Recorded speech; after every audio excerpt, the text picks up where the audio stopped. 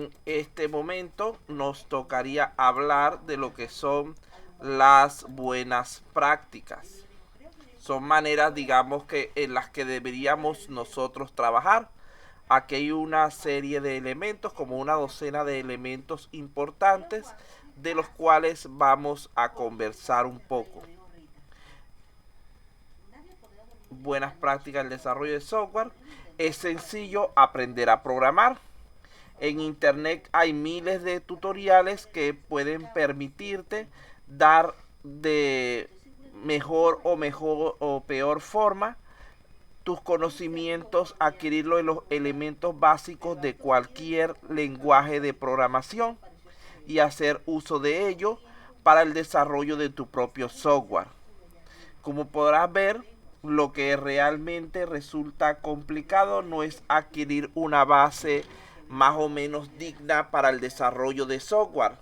Lo que realmente es difícil y que se adquiere tras mucha práctica es programar de forma estructurada, precisa y rigurosa.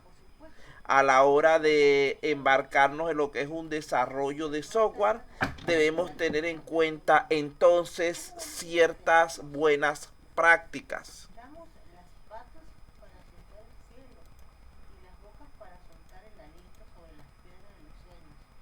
Aquí tenemos la primera.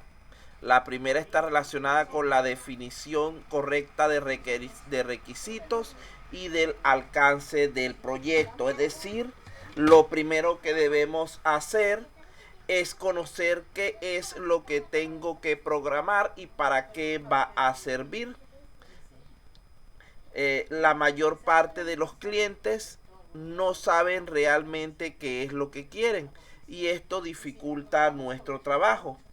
Mucho menos saben cómo implementarlo en un desarrollo, lo cual es nuestra responsabilidad. Debemos entonces comunicarnos con el cliente y los usuarios finales de la aplicación para así poder definir a dónde se quiere llegar y cómo lo haremos. Es imprescindible entonces redactar un documento de alcance y que todos los participantes del proyecto, tanto programadores como analistas, líder del proyecto, el cliente que solicita el desarrollo y los usuarios finales, eh, quienes harán uso de la aplicación, estén totalmente de acuerdo en este alcance, es decir, en hasta dónde va a llegar nuestro proyecto. El análisis de los requisitos y la redacción del documento de alcance hecho de manera adecuada nos evitará más de un dolor de cabeza durante el desarrollo y aún en la fase de finalización del proyecto, porque ya de esto hemos hablado en múltiples ocasiones. Recuerden que el cliente, imaginemos que no hiciéramos un documento formal al inicio del proceso de desarrollo de software y estamos hablando con el cliente y nos solicita tres requerimientos, por decir poco, A, B, C, y nosotros construimos todo nuestro sistema en base a estos tres requerimientos.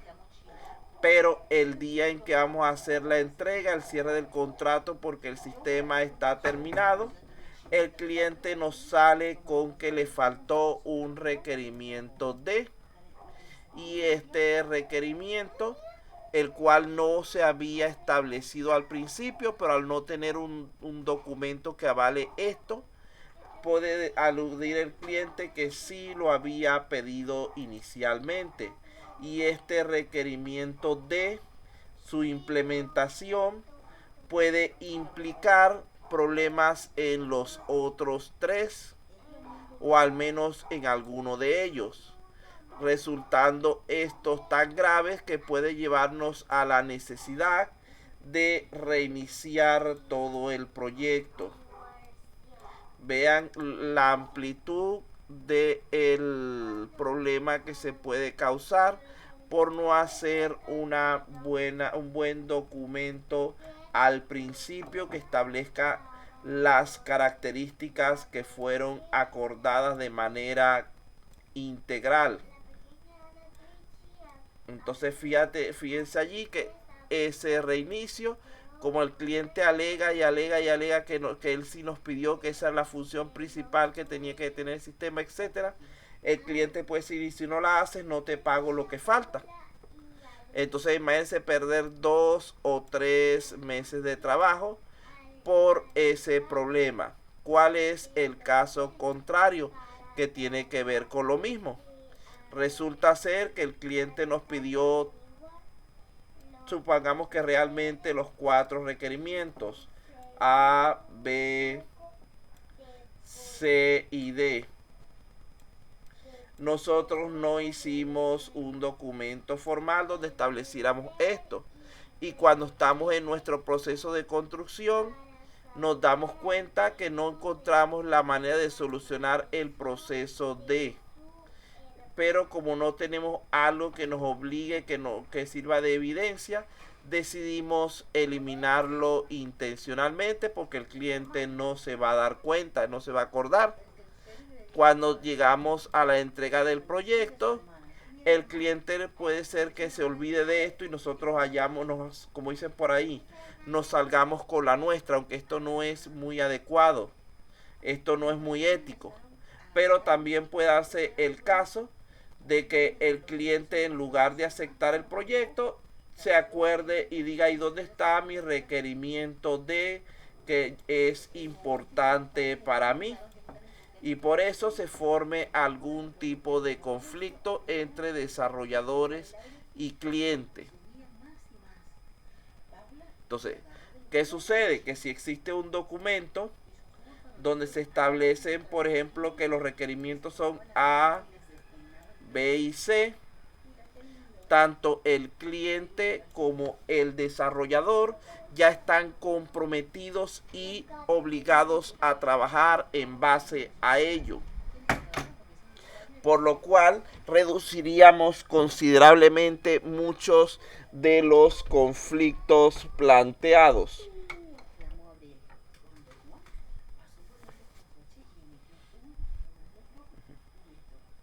Entonces debemos comunicarnos con el cliente y los usuarios finales de la aplicación. Ya esto lo dije por aquí. Ajá.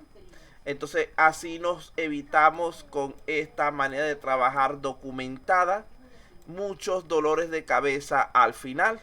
Porque recuerden que al final, cuando llegamos a lo que es la última entrega del proyecto y el cobro del monto faltante, el cliente va a intentar demostrar que el proyecto no está completo, para ponernos a trabajar más y darle más larga a nuestro pago. Entonces, ¿cómo se hace esa solución? Simplemente con ese documento que tenemos, el cliente tiene que hacer las pruebas correspondientes y demostrarnos que esos requerimientos que teníamos registrados no funcionan. Si los requerimientos funcionan todos correctamente, se acabaría nuestro compromiso contractual, debiendo recibir nuestra retribución económica y quedando libre para emprender cualquier otro proyecto.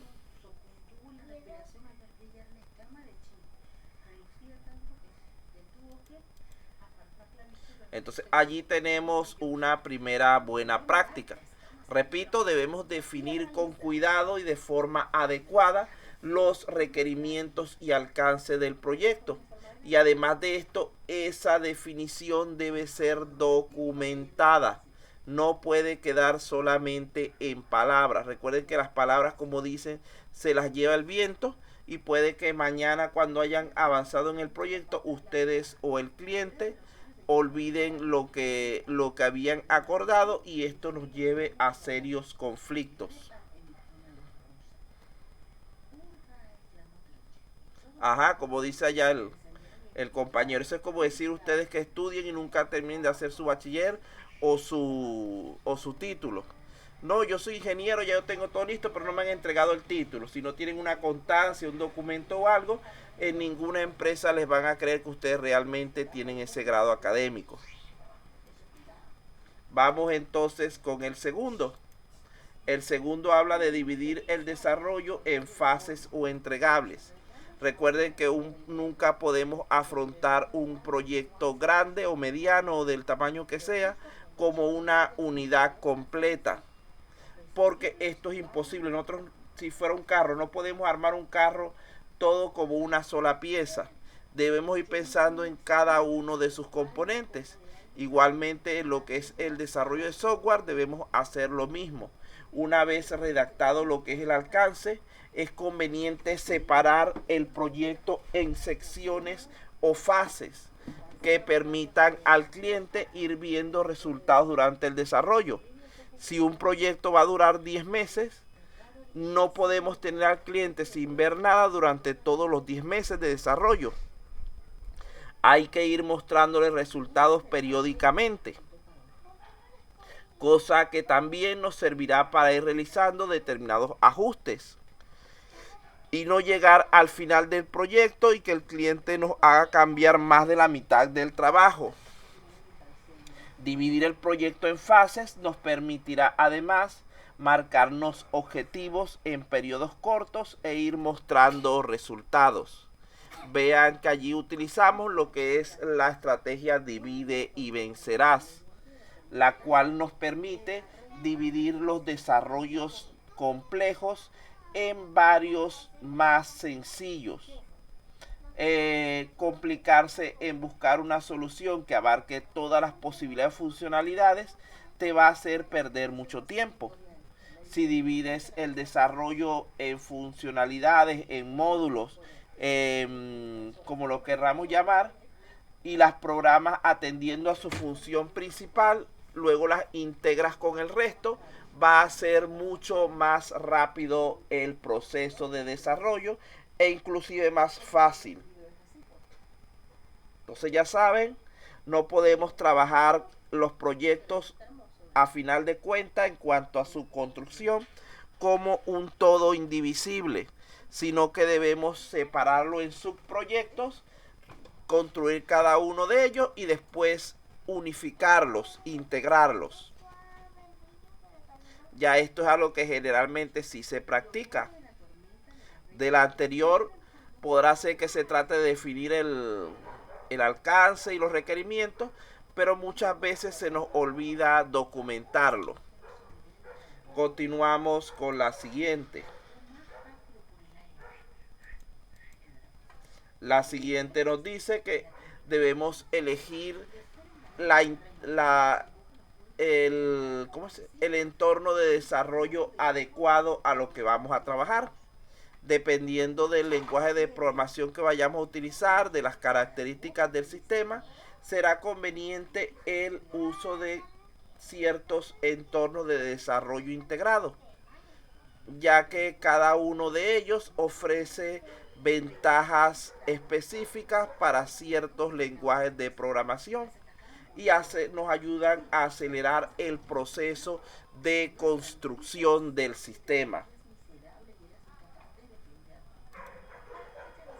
Vean que existen muchísimos como el NetBeans, el Android Studio, el Visual Studio, etcétera, que podemos utilizar. Ya la elección entre uno y otro va a depender de nosotros y de las características particulares del sistema. El siguiente elemento que tiene que ver con esto es la estandarización de la cual habíamos hablado más temprano. Fíjense que debemos procurar estandarizar las reglas de desarrollo.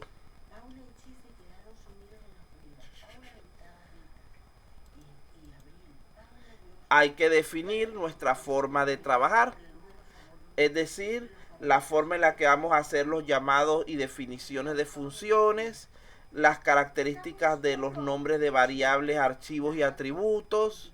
En un buen código se distinguen fácilmente todos estos elementos.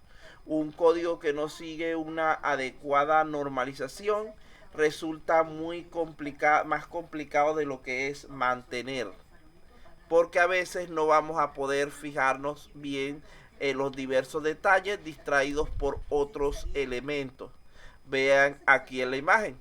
En la imagen tenemos que en la parte superior el código presenta características, digamos que más creativas, más variadas para sus elementos.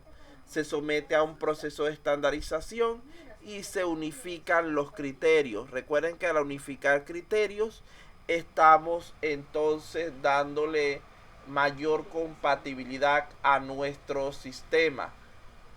Hay diversos criterios, por ejemplo, lo que es las sangrías que se utilizan, lo que es los comentarios, lo que es uso de mayúsculas, minúsculas, nombres de variables, etcétera, que debemos procurar respetar.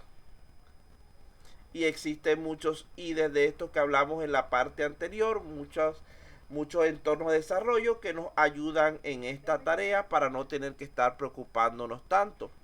Por ejemplo, en el caso del Visual Studio, que estoy trabajando con algún grupo de los que tenemos aquí, simplemente nosotros vamos tipeando y él coloca cada tipo de elemento en el color correspondiente. Él se encarga de la mayoría de las cosas que tienen que ver con sangrías, etcétera.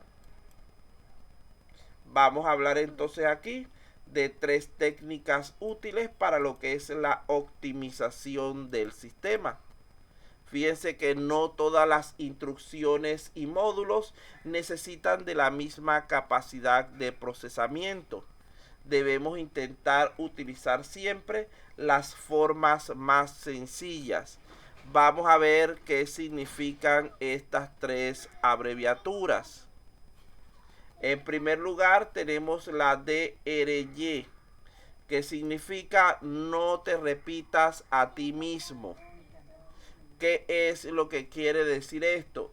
Esto es un principio que procura lo que es la reducción de la duplicación del código en computación. Si yo tengo una función que se hace o un proceso que se hace varias veces, yo puedo convertirlo en una función y en lugar de tener, el proceso tenga 20 líneas, por decir un número, en lugar de tener 40 líneas en mi código, al final tendría solamente 22, las 20 del código original, más las 2 llamadas que necesito hacerle. Vean que estamos ahorrando prácticamente allí el 50% de las líneas de código. Y recuerden que ya lo que es la parte de cuando se habla de código fuente, el mejor código fuente no es el más largo, sino el más optimizado, el que sea capaz de hacer lo mismo con menos líneas de código. Vean que esta estrategia de don't repeat yourself o no repitas tu código modulariza los desarrollos.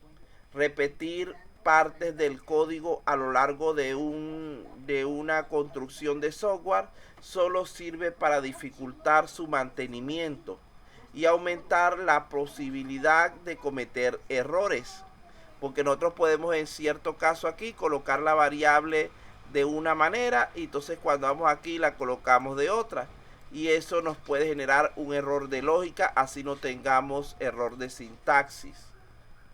Agrupar las funciones en operaciones que se repitan y aislarlas del resto del código es mucho más óptimo.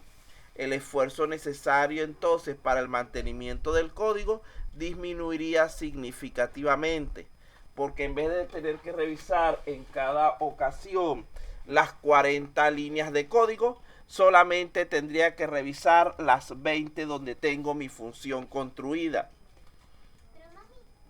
Estos fragmentos de código son requeridos por otros, cuando estos fragmentos de código son requeridos por otros archivos, no solo elimínalos del flujo natural, sino que los podemos colocar en un archivo aparte y accesible por todos los elementos que así lo requieran.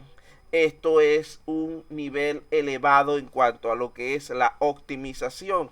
Es decir, nosotros podemos estar trabajando con este archivo que tenga todo mi código, pero de repente hay una función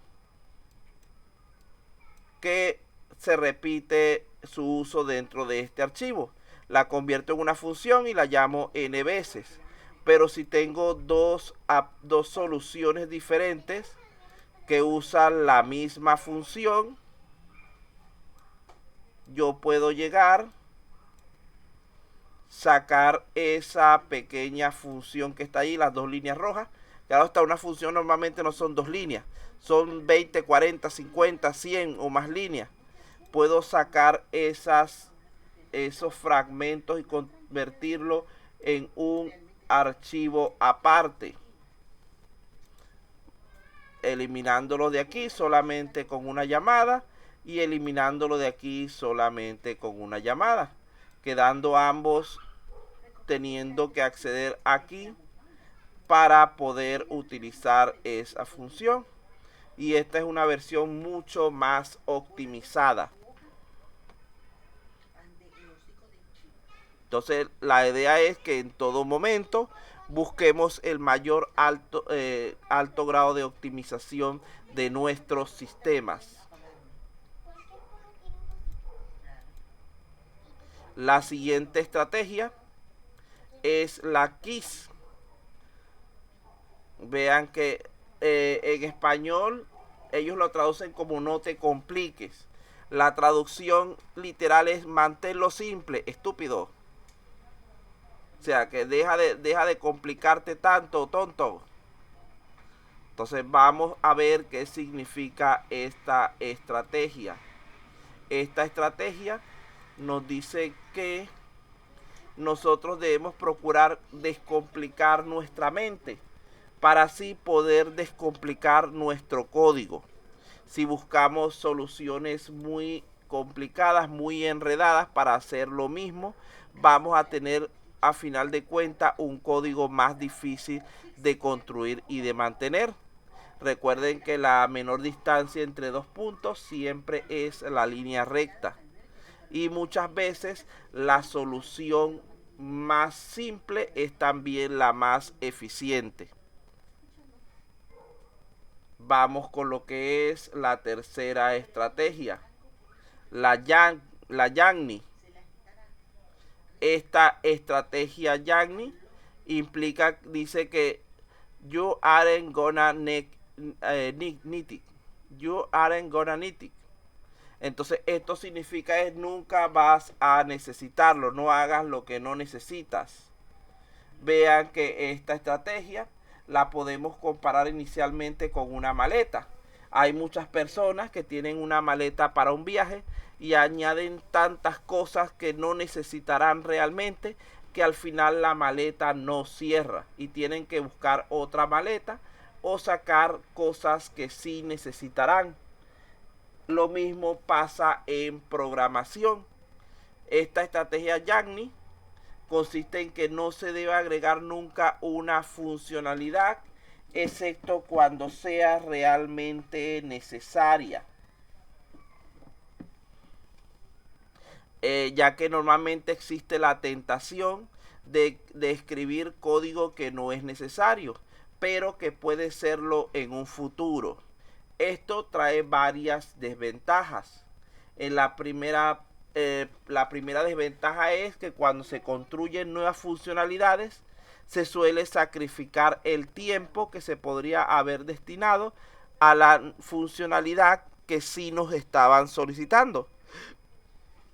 Es decir, perdemos el tiempo que tenemos disponible, y recuerden que el tiempo es un recurso limitado, haciendo cosas que a final de cuentas lo más probable es que nunca van a ser de utilidad. En segundo lugar, las nuevas características deben ser depuradas, documentadas y soportadas. Y todo esto implica también un costo económico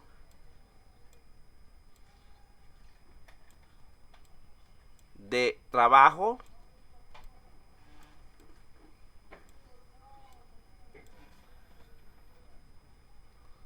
y, claro está, de tiempo. Recursos que están disponibles pero son escasos y podían haberse dedicado al elemento que sí necesitábamos construir en realidad. En tercer lugar, la nueva funcionalidad impone límites a lo que se podría haber hecho en un futuro y podría impedir la implementación de una característica necesaria más adelante. Vean que cuando nosotros agregamos características en este momento que no necesitamos, estas pueden ser contraproducentes, pueden tener choques con alguna característica que podamos necesitar realmente en el futuro y por lo tanto impedirnos el correcto aprovechamiento de nuestro sistema, pudiendo llevarnos incluso a la necesidad de tener que descomponer, desbaratar nuestro sistema para poder solucionar esa incompatibilidad entre la función innecesaria y la función que sí era necesaria. Hasta que no está definido para qué se puede necesitar algo, es imposible saber con claridad qué es lo que debe hacer. Puede suceder que cuando se requieran las nuevas funcionalidades, estas no funcionen, no hayan sido creadas correctamente. Es decir, como realmente no sabíamos si eso era lo que se iba a necesitar o no, podemos construir una funcionalidad que nunca va a ser realmente lo que necesitamos, sino tal vez una aproximación. Y esto sería una pérdida nuevamente de trabajo, de esfuerzo y de tiempo. Excepto que no hay que derivar un código inflado. Un programa se vuelve grande y complicado, pero no proporciona más funcionalidad real a nuestro cliente. Vean que cosas que no utilizar no deben contabilizarse como funcionalidades. Entonces, en este caso, podemos agrandar con este tipo de elementos nuestro código, que en vez de tener, por ejemplo, 10.000 líneas, por decir un número, tenga 20.000 por un montón de funciones innecesarias. Excepto que haya especificaciones y algún tipo de control de versiones, estas características adicionales pueden ser desconocidas por las personas que hagan uso de ellas. Entonces vean que pueden quedar ahí sin nosotros darnos cuenta, y cuando rehagamos el sistema para añadir una funcionalidad que ya estaba hecha y perdamos el tiempo nuevamente. Puede inducir a que se agreguen nuevas funcionalidades y como resultado puede llevar al efecto de bola de nieve, que puede consumir tiempo y recursos limitados a cambio de ningún beneficio. El efecto bola de nieve es lo siguiente: nosotros creamos aquí una pequeña funcionalidad, pero ella, para poder trabajar, necesita algunos elementos. Ella empieza a rodar por lo que es la pendiente, y a medida que rueda va agrandando esa bola de nieve hasta llegar el momento en que ya es tan grande que resulta no manejable y se rompe, perdiendo al final todo este montón de trabajo adicional del que estamos haciendo referencia. Entonces, acabamos de hablar de 3 elementos que debemos tomar en cuenta sobre la optimización. Quiero que alguien me digan esos 3 nombres, me los escriban en el chat, ya que no quieren hablar. Escríbame los nombres de los 3 elementos que acabamos de explicar para la optimización. Bueno, los nombres no, porque están en inglés. Escríbame qué es lo que entendieron de ellos. De Ereye, Kiss y Yanni. ¿Qué significan esas 3 cosas? Cada uno con que el que vaya a escribir me escriba una es suficiente.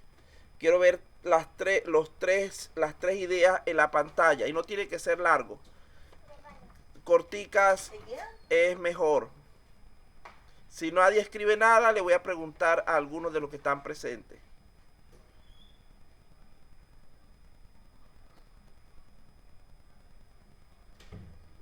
También lo pueden decir hablado, no importa.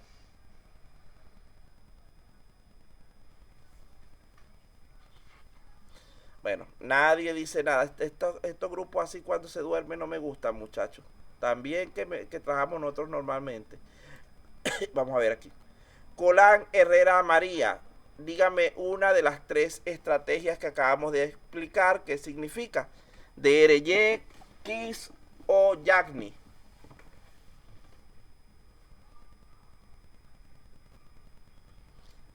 Contreras Cornejo José, dígame otra. Y Contreras Torre Scarlett, dígame otra. Son tres, el que diga primero no vale repetir, ¿oyeron? ¿Qué significan esas estrategias? ¿Aló, están allí?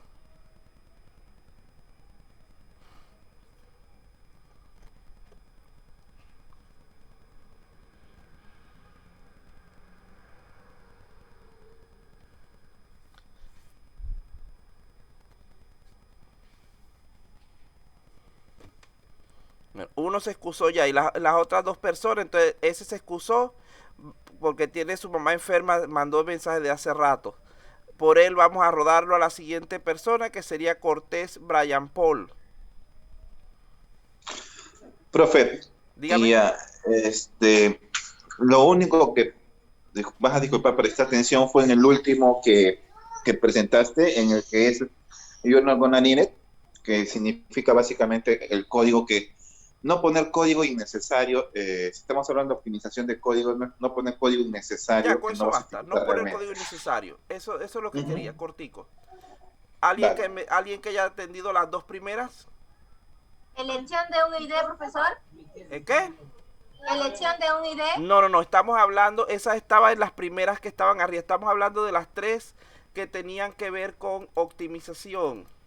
Profe, la de Kiss, buenas Esta tardes. de aquí, ajá. Ya hablaron de Yanni. La de Kiss, profe, ¿puedo? Ajá. Y la otra señorita dice la que falta, la Dry. Ya, profe, buenas noches. La de Kiss trata de decirnos que no, o sea, que no hagamos cosas difíciles, que lo hagamos lo más fácil posible la codificación. Eso, que no nos compliquemos tanto con Exacto. códigos difíciles. Bien. La señorita que quería hablar, ¿puede decirme a qué se refiere el Dry?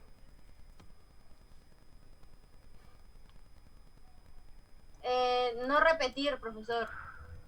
Ajá. No repetir la No repetir el duplicación. código, exactamente. Así sencillito. No quiero una explicación muy difícil. Entonces vean que tenemos aquí tres cosas diferentes incluidas en esas optimizaciones. Tenemos en primer lugar que no repitamos. Es decir, tratemos de reaprovechar, de reutilizar las funciones, pero no copiando y pegando, sino a través de llamados. Que si tenemos una función que lo usamos 10 veces en el código, no es que vamos a escribir el montón de líneas de código 10 veces, sino que lo que vamos a hacer es convertirlo en una función y llamarla 10 veces. Si la función tiene 50 líneas y la vamos a repetir en el código 10 veces, serían 500 líneas. Esto abultaría mucho nuestro código. Mientras que si la usamos si la repetimos 10 veces, si la utilizamos como una función mediante llamados, solamente necesitaríamos las 50 líneas de la función original más las 10 líneas de los llamados. Esto es esto es prácticamente un ahorro del 90% de líneas de código.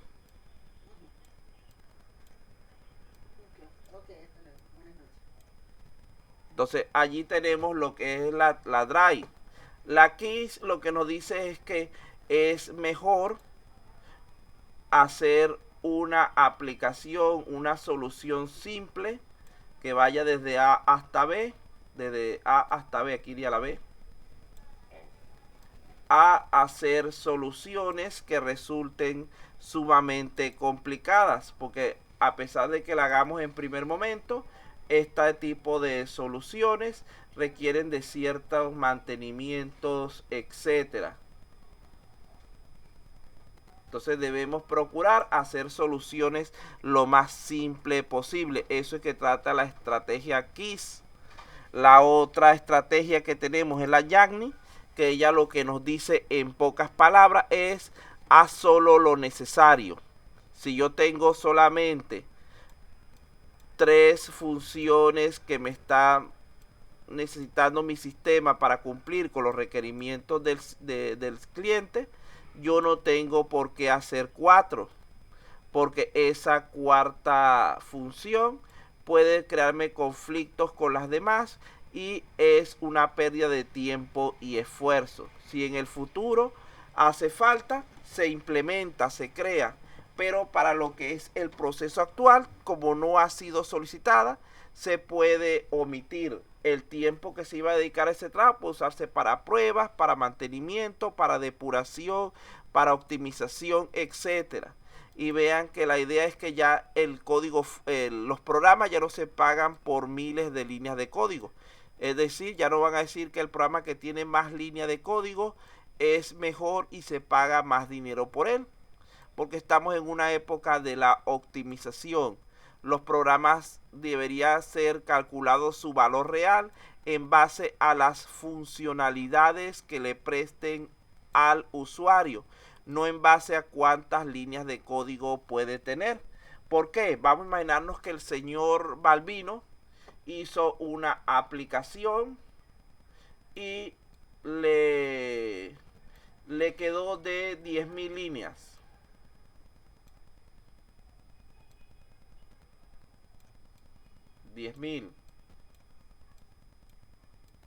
Mientras que la señorita Karin, estoy buscando los primeros nombres que veo en la lista. Mientras, Sí, sí, no la estoy profesor. llamando, nada más estoy poniéndola como ejemplo. Mientras Ok. que la señorita Karin hizo el mismo código, pero usó solamente 7.000 líneas. Si en este caso, como se hacía anteriormente, se establece que cada 1.000 líneas de código,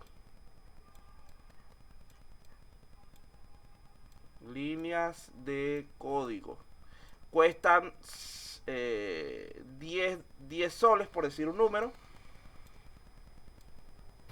Solamente estoy inventando un número porque no sé el valor real. Entonces vean que esta persona que hizo un código menos optimizado terminaría cobrando más que esta que hizo un código mejor. Y eso no tiene ninguna validez lógica, no tiene ninguna. Por eso es que actualmente ya no es por líneas de código, sino por las funcionalidades que le brinde al usuario. Y todos estos elementos, tanto los repetidos como los innecesarios y las complicaciones, lo que hacen es aumentar las líneas de código. Entonces tengan cuidado con eso, muchachos. Entonces son 3 estrategias sumamente útiles. Aquí están. Vamos a continuar. Voy a ponerle